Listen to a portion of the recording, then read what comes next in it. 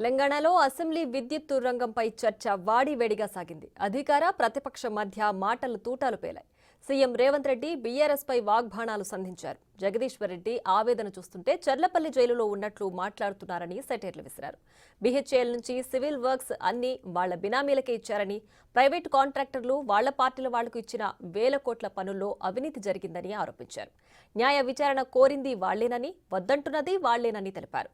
విచారణ కమిషన్ను కొత్త చైర్మన్ను నియమిస్తామని వెల్లడించారు. బీఆర్ఎస్ డీఎన్ఏనే తిన్నింటి వాసాలు లెక్కపెట్టడమని సీఎం రేవంత్ రెడ్డి ఎద్దేవా చేశారు. వారి ఆవేదన చూస్తుంటే ఆల్రెడీ చెర్లపల్లి జైల్లో ఉన్నట్టుగా ఉంది అధ్యక్ష. ఎందుకంటే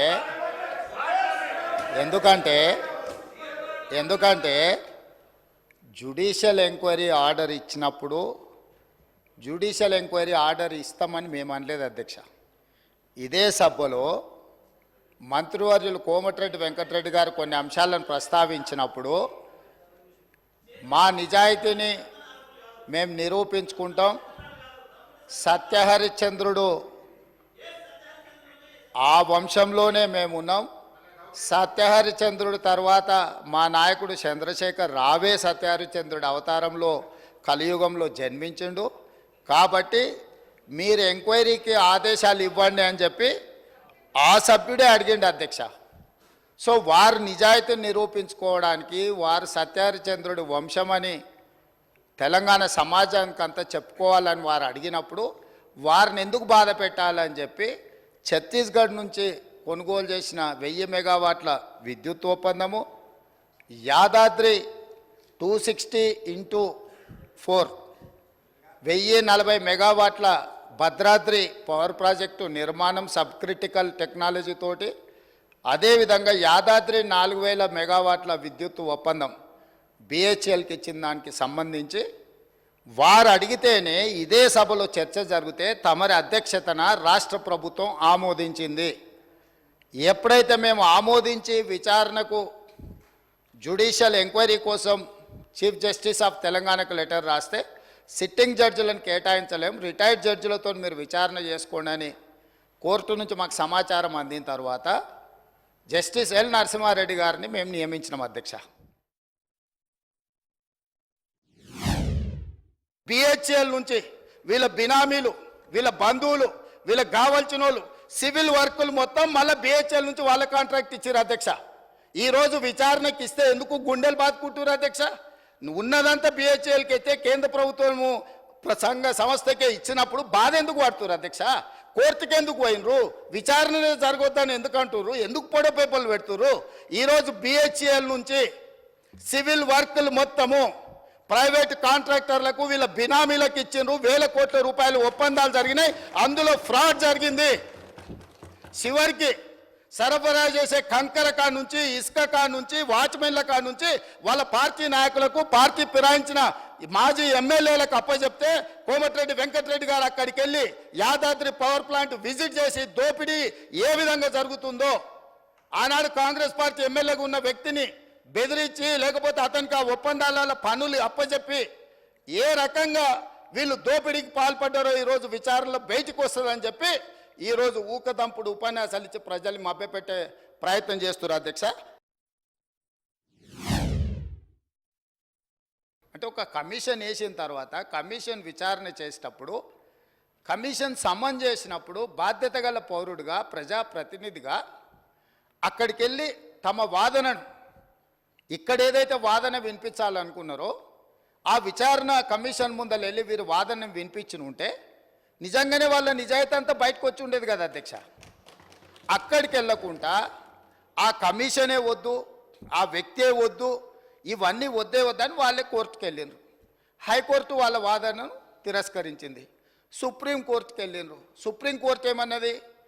విచారణ కొనసాగించాల్సిందే, విచారణని మీరు క్వాష్ చేయమని అడిగింది, అది కుదరదు. కాకపోతే మీకు అభ్యంతరం వల్ల ఆ కమిషన్ చైర్మన్గా వ్యవహరిస్తున్న వ్యక్తి పట్ల మీకు ఏమైనా అభ్యంతరాలు ఉంటే వ్యక్తిని మారుస్తున్నాము అని చెప్పి సుప్రీంకోర్టు మార్చడానికి ప్రభుత్వాన్ని కూడా అడిగింది. మీ ఆలోచన ఏందని?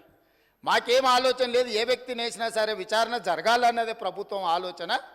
ఖచ్చితంగా మా కోర్టు అడిగితే మేము మంచిది మారుస్తాము అని చెప్పి ఒప్పుకున్నాము. వారు కోరుకుంటున్నారు కాబట్టి ఈరోజు సాయంత్రానికల్లా ఎవరిని వేయాలో ఆ విచారణ కమిషన్కు కొత్త చైర్మన్ కూడా ఈరోజు సాయంత్రం నియమిస్తాం అధ్యక్ష.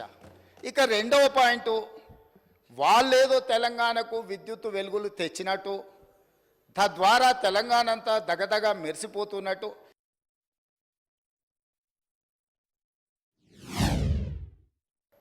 ఇవాళ తెలంగాణకు చీకట్లు లేవు అంటే ఆనాడు సోనియా గాంధీ గారు, మన్మోహన్ సింగ్ గారు మనకు 53.46% ఇచ్చిండ్రు.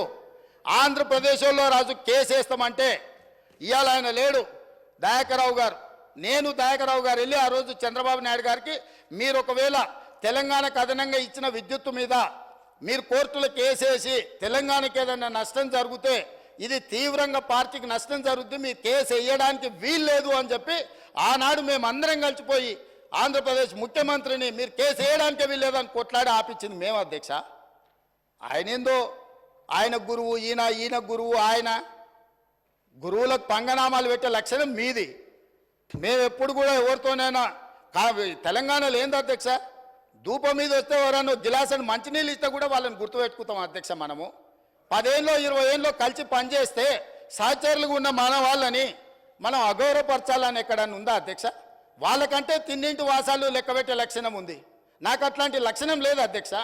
నేను మిత్రులను మిత్రులాగానే చూస్తా, సహచరులను సహచరులలాగా చూస్తా.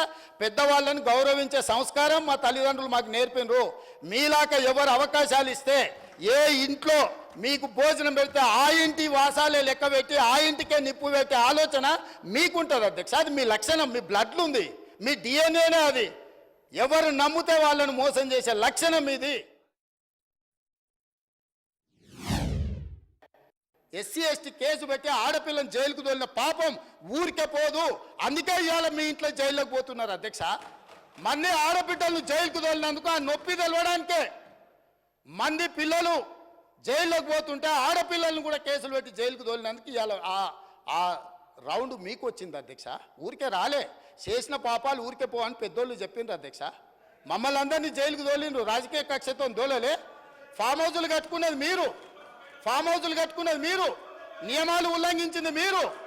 వాటిని బయట పెట్టినందుకు జైల్లో పెట్టి డిటెన్షన్ సెల్లో పెట్టిన అధ్యక్ష. నన్ను 16 రోజులు ఒక్క మనిషి లేకుండా ఐఎస్ఐ తీవ్రవాదులను ఎక్కడ పెడతారో అట్లాంటి డిటెన్షన్ సెల్లో నన్ను 16 రోజులు పెట్టిండ్రు అధ్యక్ష చెర్లపల్లిలా. నేను భయపడలే, లొంగిపోలే, నిలబడి నిటారుగా కొట్లాడిన అధ్యక్ష. మీరు జైలుకు తోలితే భయపడటోళ్ళు ఎవరు లేడు. అబద్ధాలు చెప్పి ప్రజల్ని మభ్యపెడితే ప్రజలేమో అమాయకులు కాదు. మీరు చేసిన అన్యాయాన్ని కళ్ళతో చూసిండ్రు కాబట్టే మనకు ఎన్నికల్లో గుండు 0 ఇచ్చారు అధ్యక్ష.